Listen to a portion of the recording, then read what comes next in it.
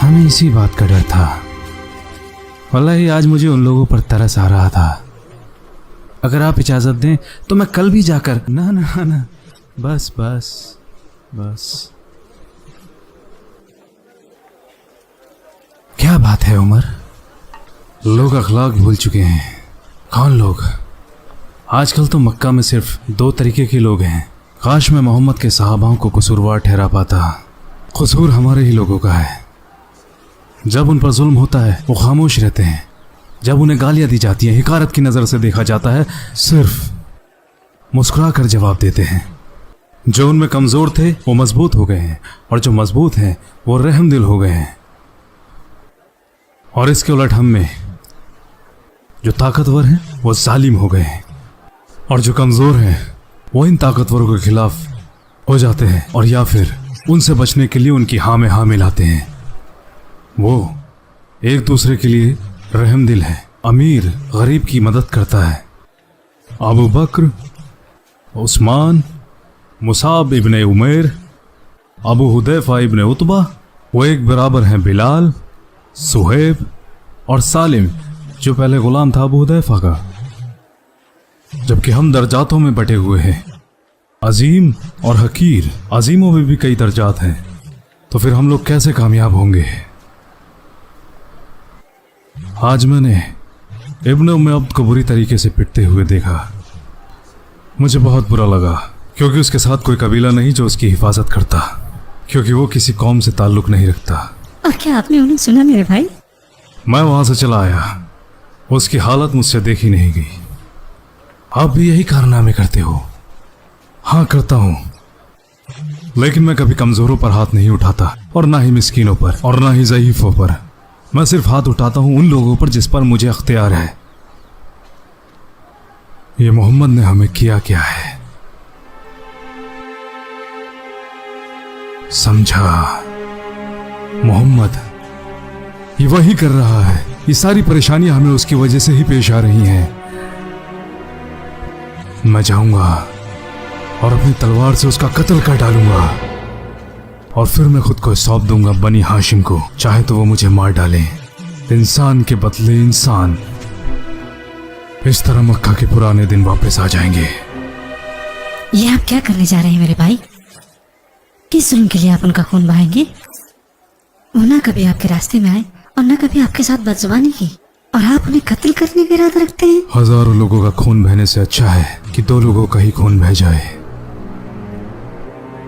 ऐसा करने से सब ठीक हो जाए। अपने दिमाग से ये बात निकाल दो उमर। वल्लाही बड़ा भाई होने के नाते मेरा फर्ज बनता है कि मैं तुम्हें गलत कामों से रोकूं। मैंने तुम्हें इख्तियार दिया क्योंकि तुम इस लायक हो। अब खामोश रहो और मेरी बात ध्यान से सुनो।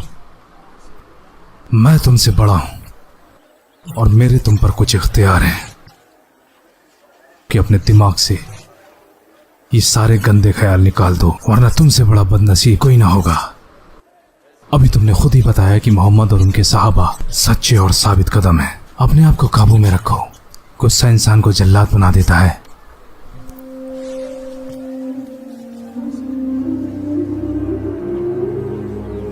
ये करीब आकर वापस लौट गए। कब तक?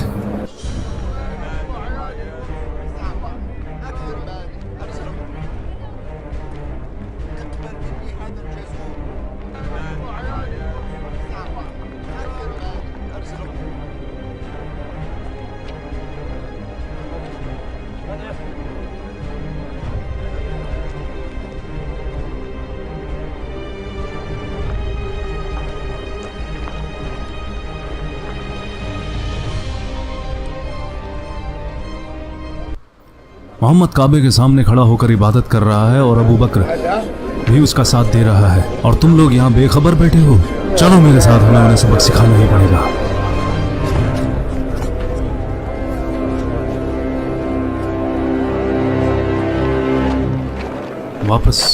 वापस चले जाओ, हमें आपसे कोई झगड़ा नहीं करना। क्या तुम उसको नुकसान पहुंचाओगे जो ये कहता है कि मेरा रब एक है? और जब हाशिम कबीले वाले ये बात सुनेंगे तो क्या होगा? इसका अंजाम जानते हो, हजारों लोग मारे जाएंगे। सही कहा। तो बोल अपने दोस्त को कि फिर यहाँ से चला जाए और फिर कभी यहाँ आने की हिमाकत ना करे। मैं अल्लाह के नबी को हुक्म नहीं दे सकता, वो तो खुद हमें अल्लाह का हुक्म सुनाते हैं और हम उसे मानते हैं। तो फिर अब तेरी बारी है। हमारे बच्चों और गुलामों को भड़काने वाला भी तू ही है। जब बुला अपने ताइम कबीले को।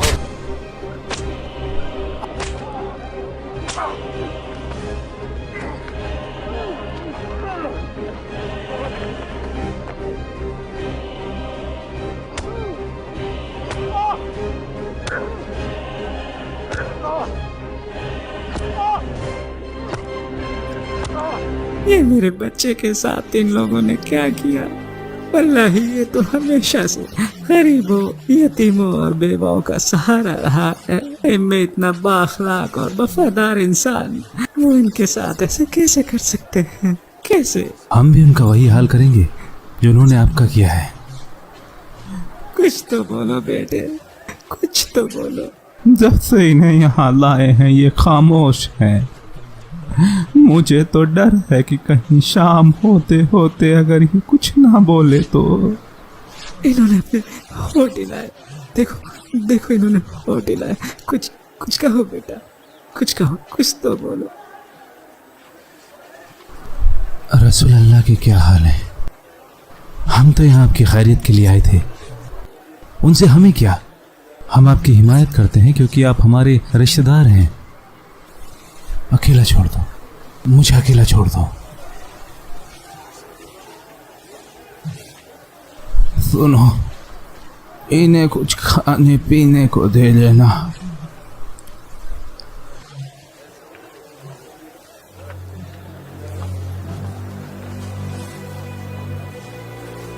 कैसे है रसूलुल्लाह? वल्लाही मुझे उनका कोई नहीं। उम्मे जमील बिन्त अल खत्ताब के पास चाहिए। मगर किस लिए? मुझे मेरे बेटे अबू बकर ने भेजा है। मुझे मोहम्मद बिन अब्दुल्लाह के बारे में जानना है। मैं ना तो अबू बकर को जानती हूँ और ना ही मोहम्मद इब्न अब्दुल्लाह को। सुनिए, क्या मैं आपके बेटे से एक बार मिल सकती हूँ?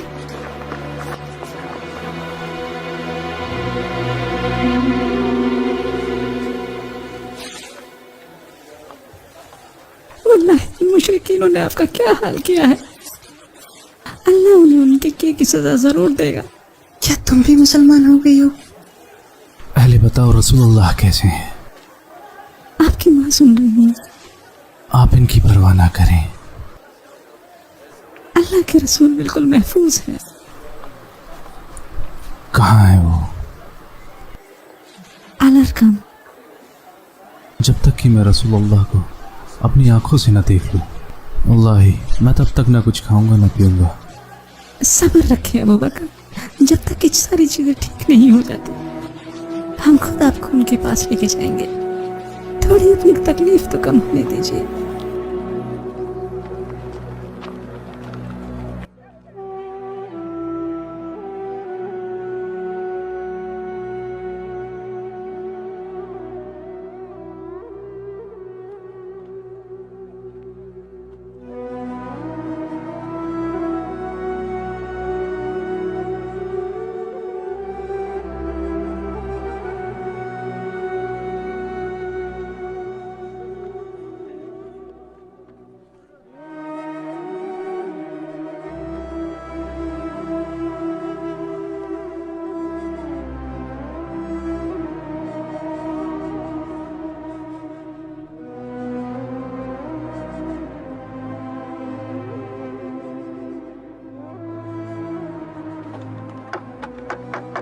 कौन?